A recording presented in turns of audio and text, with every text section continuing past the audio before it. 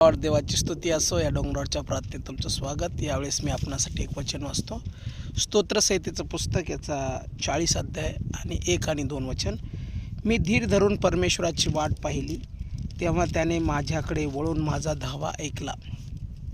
नाशाच्या खाचेतून, दलदलीच्या चिखलातून त्याने मला वर काढले. माझे पाय खडकावर ठेवले आणि माझे पावले स्थिर केले. या ठिकाणी स्तोत्रकर्ता दावीद म्हणतो की मी धीर धरून परमेश्वराची वाट पाहिली. आणि ज्यावेळेस त्याने धीर धरून परमेश्वराची वाट पाहिली, तेव्हा परमेश्वराने त्याचा धावा ऐकला. आज बरेचसे जण त्रासात असतील, संकटात असतील, आजारपणात असतील आणि म्हणत असतील की या त्रासामधून, या संकटामधून मी किती धीर धरू.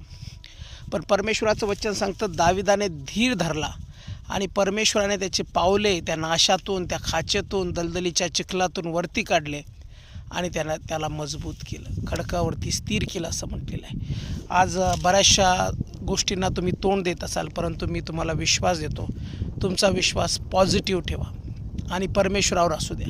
कारण की हिजकिया राजा देखील आजारी पडला आणि मराव्यास टेकला. त्यावेळेस आमोजाचा पुत्र यशया त्याच्याकडे जाऊन म्हणतो की तू आपल्या घराण्याची निर्वाह कर, आता तू मरणार, जगणार नाहीस. पण त्या समय देखील हिजकियाने आपले तोंड भिंतीकडे फिरून परमेश्वराची प्रार्थना केली, अश्रू ढाळले आणि त्याच समयी परमेश्वराने हिजकियाची प्रार्थना ऐकली आणि त्याचं आयुष्य 15 वर्षांनी वाढवलं. म्हणून कोणत्याही गोष्टीमध्ये खचू नका, निराश होऊ नका, धीर सोडू नका. धीर धरून स्तोत्रकर्ता म्हणतो परमेश्वराची वाट पाहिली आणि त्याने माझी प्रार्थना ऐकली. प्रभू, मी प्रार्थना करतो, जे धीर धरून तुझी वाट पाहत आहेत, आजारपणात आहेत, त्रासात आहेत, अनेक गोष्टीमध्ये ते गेलेले आहेत, त्यांना त्या दलदलीतून, त्या नाशेतून, खाचेतून, आजारातून वरती काढ आणि त्यांची पावले स्थिर कर. प्रभू, तुझं आरोग्य, तुझं सानिध्य आणि तुझं सामर्थ्य त्यांच्यासाठी कबूल करतो. प्रभू येशूच्या नावात मागतो.